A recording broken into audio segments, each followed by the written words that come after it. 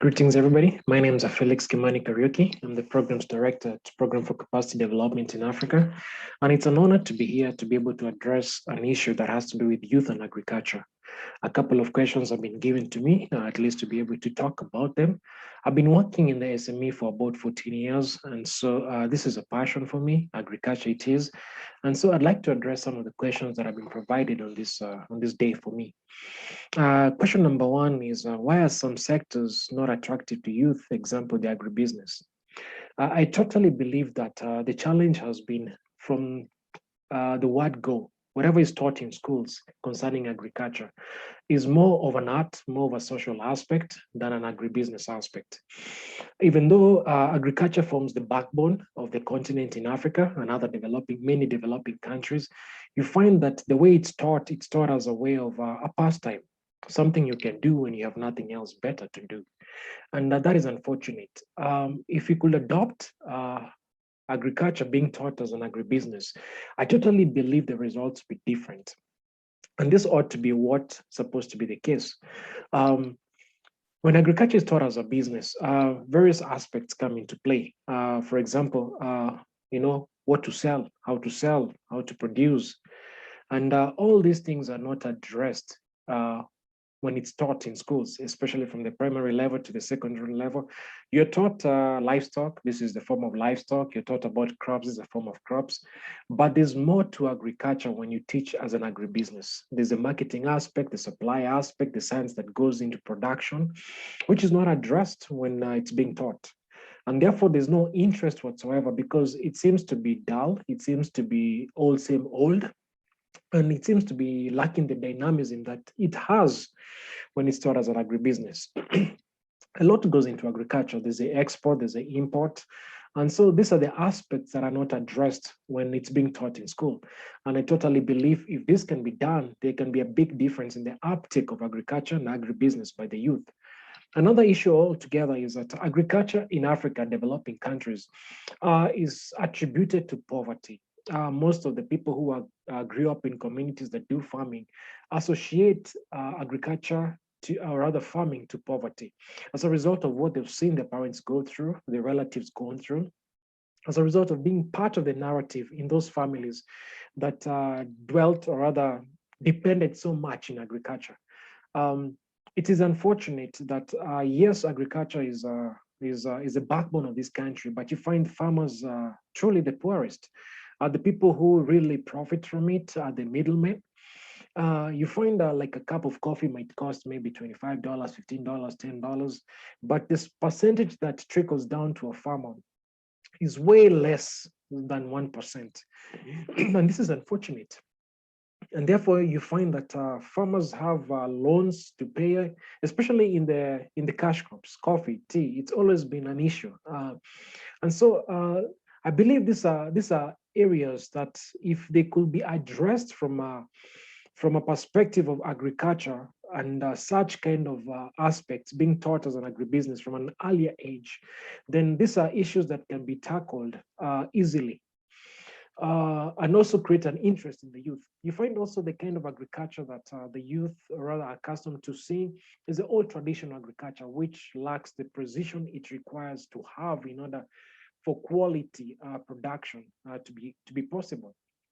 You find that agriculture still use, or rather farmers still use the same old methods of raising livestock, of growing crops.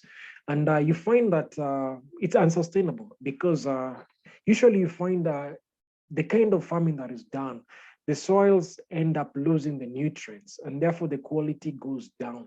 And therefore, when it comes to standardization of such kind of production for export purposes, they fall below par.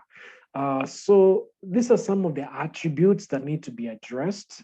And teaching agriculture and agribusiness, I totally believe there'll be so much more engagement in terms of the youth applying the knowledge they gain in school to be able to apply it in the farms, because you find that the people who do farming are 60 years and above, and the people who own the land also 60 years and above.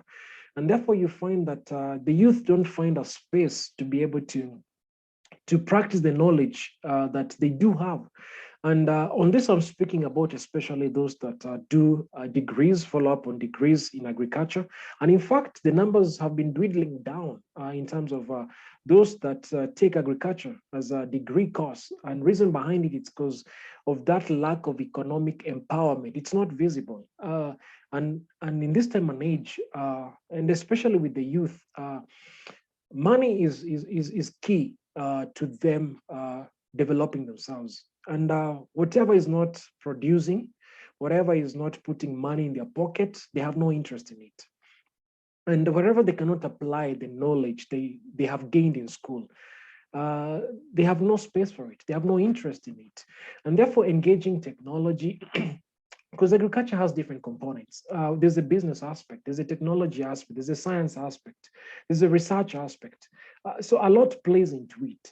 It's just an issue of basically structures, frameworks that are in place are not advocating for that science to be utilized, to be capitalized on. And so that's the challenge that basically is pretty much pushing the youth away from agriculture.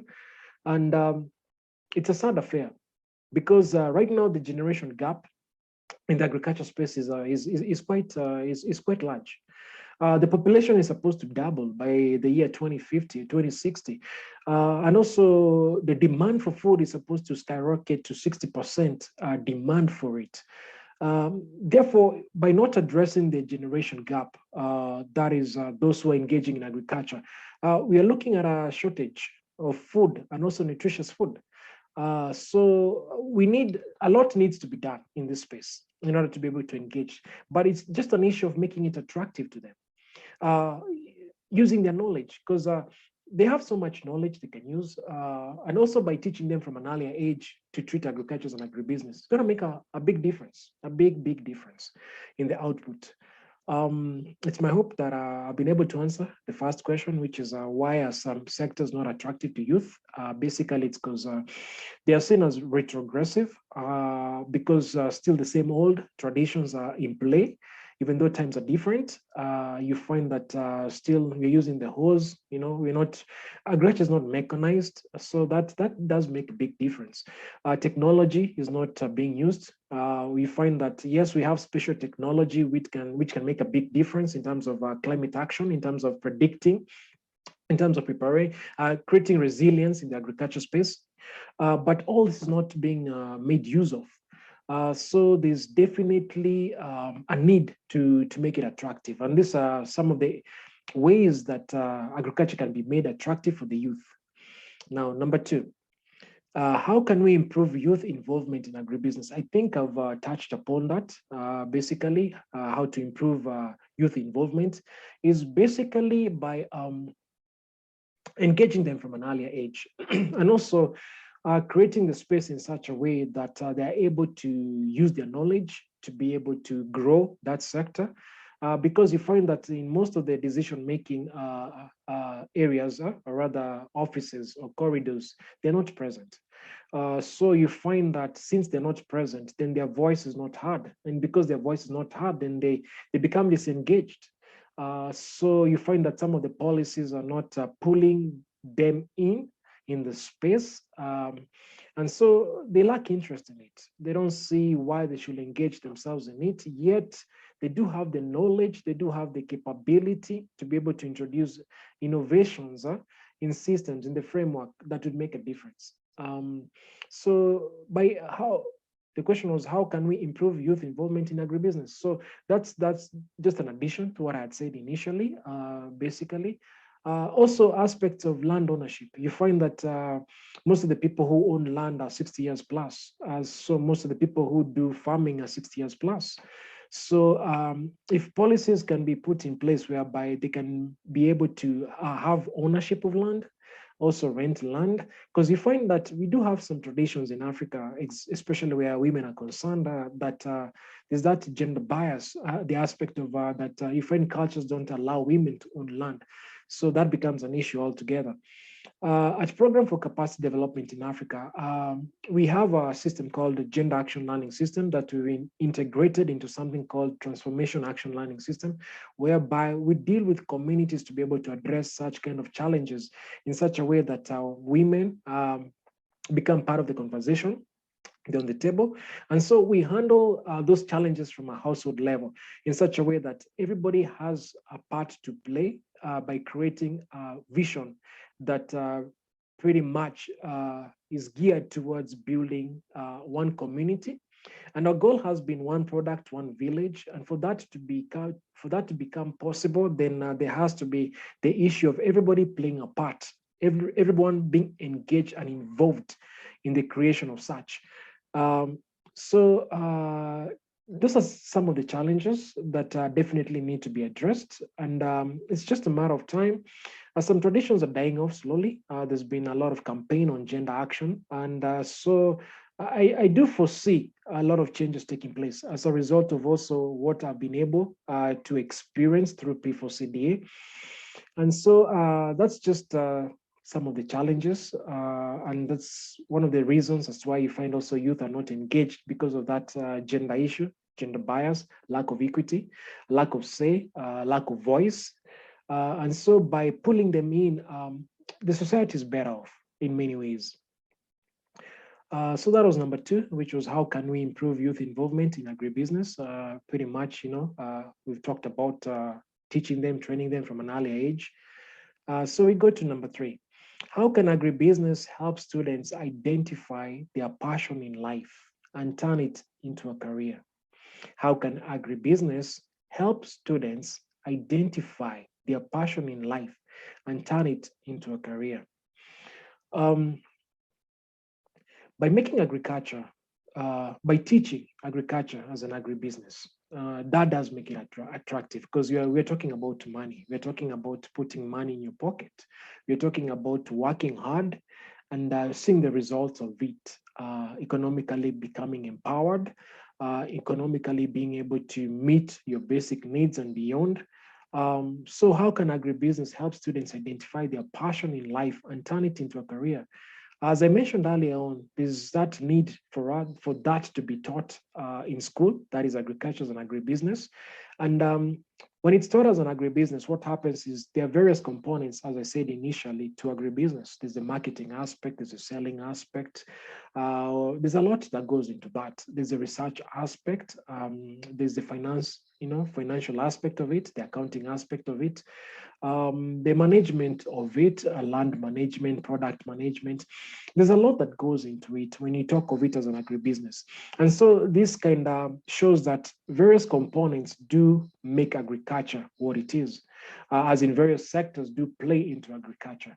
And so by teaching it as an agribusiness, it's going to be easier for students to be able to identify where am I strong? Where do I have a great interest? Is that in policy making towards the same? Is that in management issues, land management, which means I have to understand the science behind soil. I have to understand the science behind climate. I have to be able to capitalize on technology also. I have to be able to come up with, for example, if it's in the research also, how can we be able to grow this in this place? How can we be able to improve the production of this? For example, from my own experience, we've had to create platforms, technology platforms, whereby we do goat farming, or rather we promote goat dairy farming. And so basically inbreeding has been one of the aspects that does reduce the quality of milk. And so in this aspect, you see technology playing or rather making a big difference in that space of dairy goat farming. And so by teaching it agriculture as an agribusiness, you do create space for other sectors to be seen as important towards making agribusiness a success. And so by teaching it as an agribusiness, that's what happens. People are able to identify their interests, areas of interest. They're able to identify where they're strong. They're able to identify the other components of agriculture that are not visible at the moment because it's being taught as a form of art, a form of pastime, a form of something to do when you have nothing else better to do. So So basically, that issue of being taught as an agribusiness is where the answer lies, pretty much, because other sectors are become visible. Now, number four, what are the key challenges and risks of investing in agribusiness? What are the key challenges and risks of investing in agribusiness? Challenges. You have to know what kind of farming you want to do. And every form of farming has a challenge to it. But what should be the driver is that you should understand the market. Where's the market? Is there a market for that product? Once you understand if there's a market, then you have to go back and say, so what do I need to do to be able to produce what is needed in the market? Once you're able to identify that, then because that's where the challenges are. Because you find that somebody wants to farm watermelon, but they don't have the knowledge to farm watermelon. Because the reason behind it is because we also have a deficiency when it comes to extension services, especially in developing countries.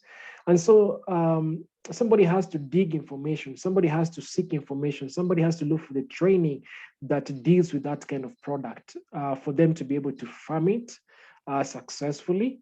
So there's that lack of knowledge that does exist because of the deficiency of extension services.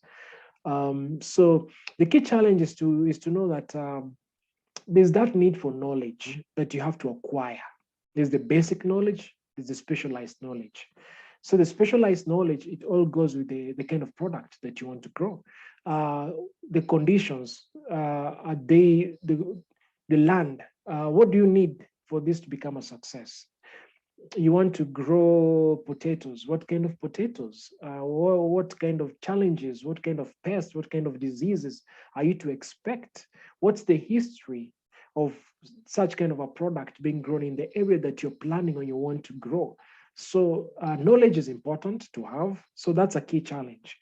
And so the risks that you're looking at when you're investing in agribusiness basically is if you don't have the right knowledge, because what happens is agriculture is dynamic. You find that the pests and the diseases that attacked last year, they're different. You find that than the ones that are attacking right now. You find that the condition of the soil that was there last year or 2 years ago is different from what you're facing right now.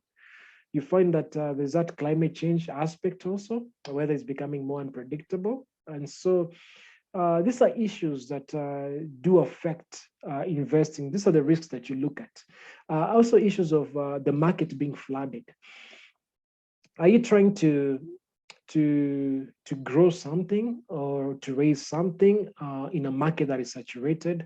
So remember what you're thinking of. Somebody else has thought about it. Somebody else is thinking about it.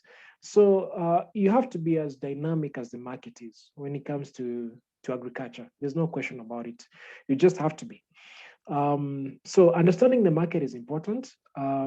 Getting the knowledge on how to be able to successfully do this kind of farming is important. So are you looking at international market? Are you looking at the local market?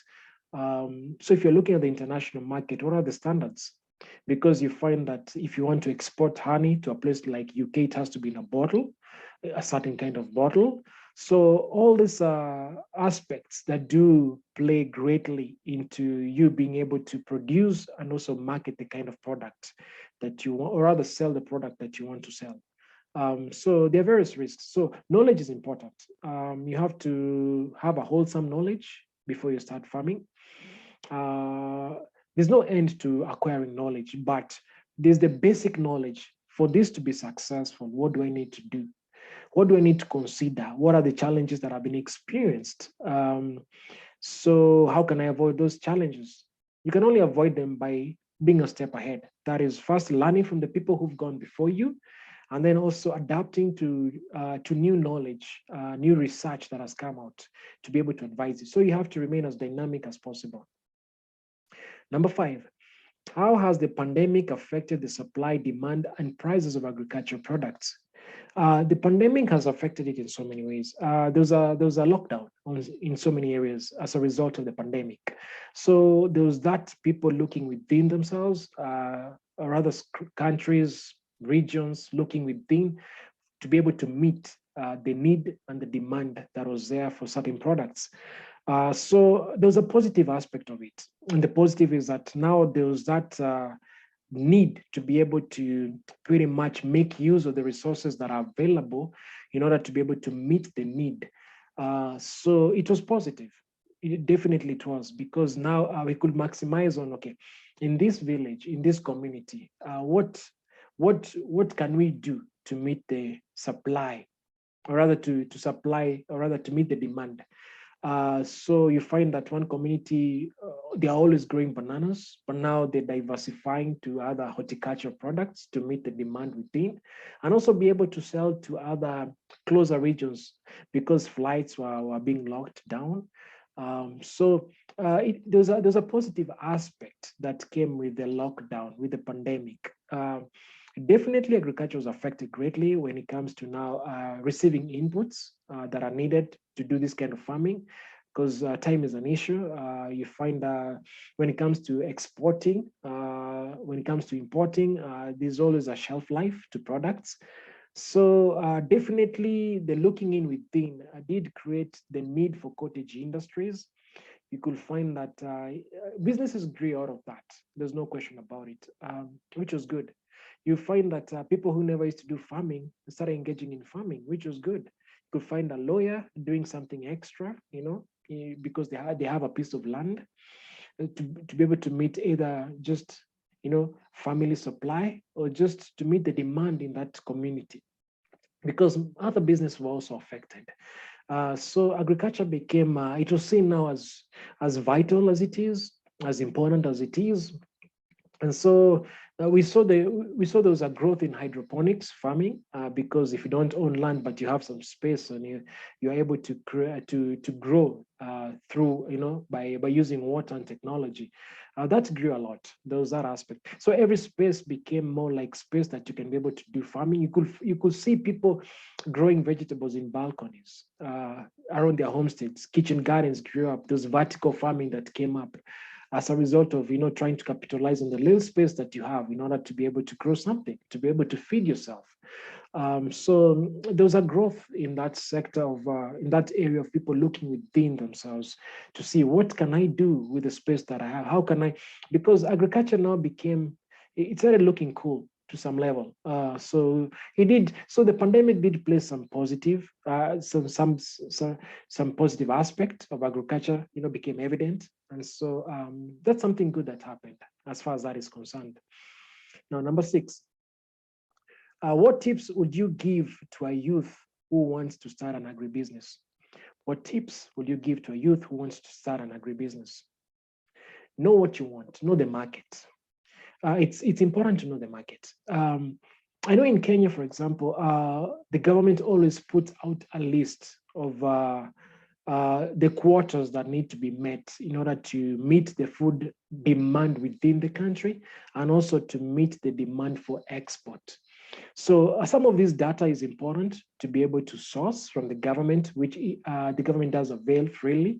And so when you look into that, and also county governments, they do give out a list of what the county is looking to be able to produce to a certain quota. And as far as Kenya is concerned, I know there's so many quotas we haven't been able to reach, even in the production of maize. You'd think that maize is, we've surpassed the limits, but we are way below the quota we are supposed to produce in order to meet the internal need. So it's good to source information from governments, Ministry of Agriculture. They do avail such kind of information. So once you know what kind of product, then source the knowledge information on how to be able to either grow or to rear such kind of animals as need be in order to meet the market need. So knowledge is important to source as much as you can. We do have forums that do share, where people do share. There's that peer-to-peer. And also we do have training programs at universities. Even those that have farms, they do offer training Some places for free, some for a small fee. And then we have open platforms whereby you can be able to source freely. Organizations like FAO, they do have platforms where you can be able to source information. And these are the platforms that basically they're good to use, capitalize on. We're living in an age where information has been made easily accessible, and also it's easily affordable. So YouTube is there. You can always source information from YouTube. YouTube pretty much is another whole different university whereby you can learn anything you want to. So source as much information as possible in terms of how to be able to produce what you want to produce to meet the market need. Remember, market is what should drive the kind of farming you want to be able to practice. The market should demand from you in terms of pretty much what kind of produce you want to supply to the society or to the community. Let the market guide you. The other aspect to look into is capital is always an issue that is raised as far as people not practicing something, an agribusiness. But I always say, and it always works, and I've seen it. Start small. Start small. Wherever you can find some small space, make use of it. Find what you can produce in that little space, in that small space. Maximize on it. Instead of keeping a cow, why don't you keep a goat? Instead of, if you can't keep a goat, you can keep some chicken, get some eggs. So my point is, start small. Wherever you are, there's something you can do. Whatever space we have, vertical farming, which doesn't require a lot of space, and it's also not as expensive as hydroponics if you don't have a piece of land. So start small. Don't try and go big if finances. When it comes to finances, finances, if you're looking for capital, look for capital to scale what you've already started successfully.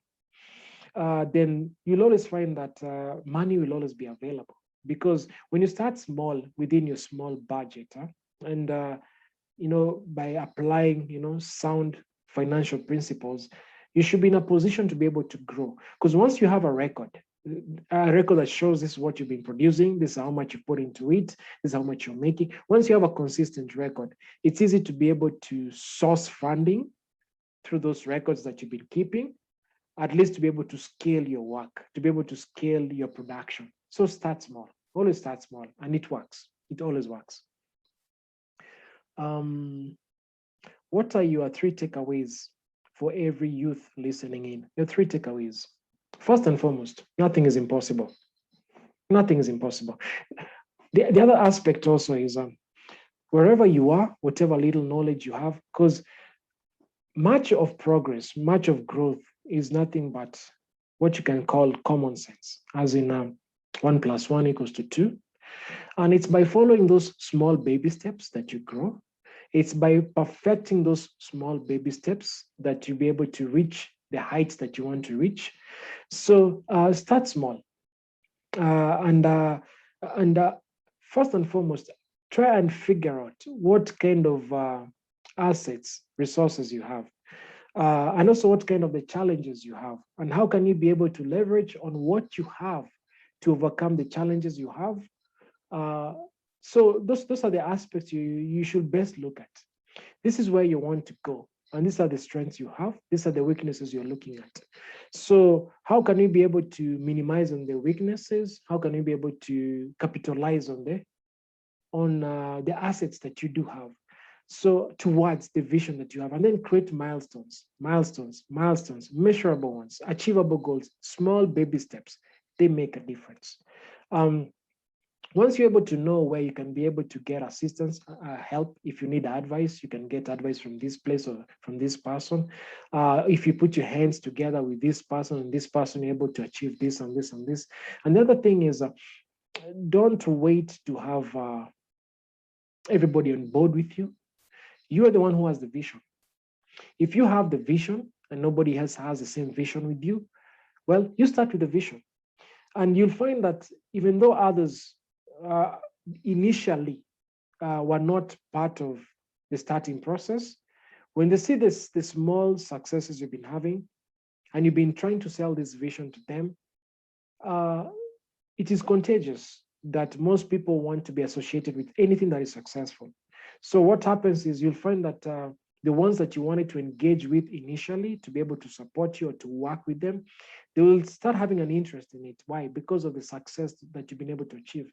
So whatever vision you have, lay it down, make it clear and plain to yourself, first and foremost. You can only sell an idea that it's clear to you, that you yourself have been sold to, because your passion is what will drive the work that you're doing, is what will wake you up in the morning, is what you'll be thinking about before you go to sleep. Your passion, your passion, your passion. So be clear about what you want. That's for sure. Clarity is important. Setting goals is important. Identifying your strengths and weaknesses is important. Um, and then starting off, put your leg in the water.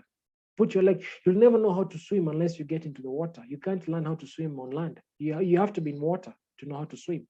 So, and you cannot know how to walk unless you stand. So you cannot.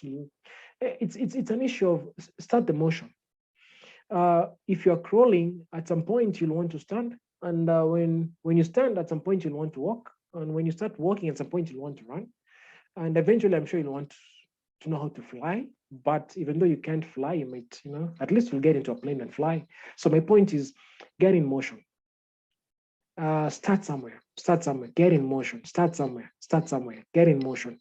As you move, then perfection comes in. As you move, perfection. So just have it clear what you want.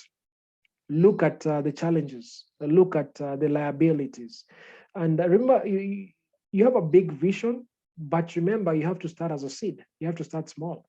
You have to start with what you're able to work with, whatever is available to you as a resource. That's what you have to work with. You cannot work with what you don't have.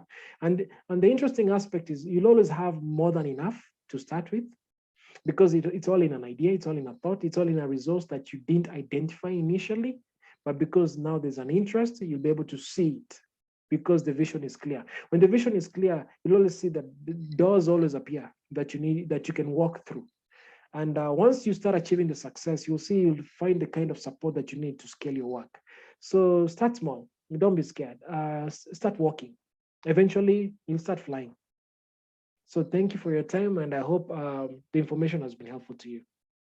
Cheers.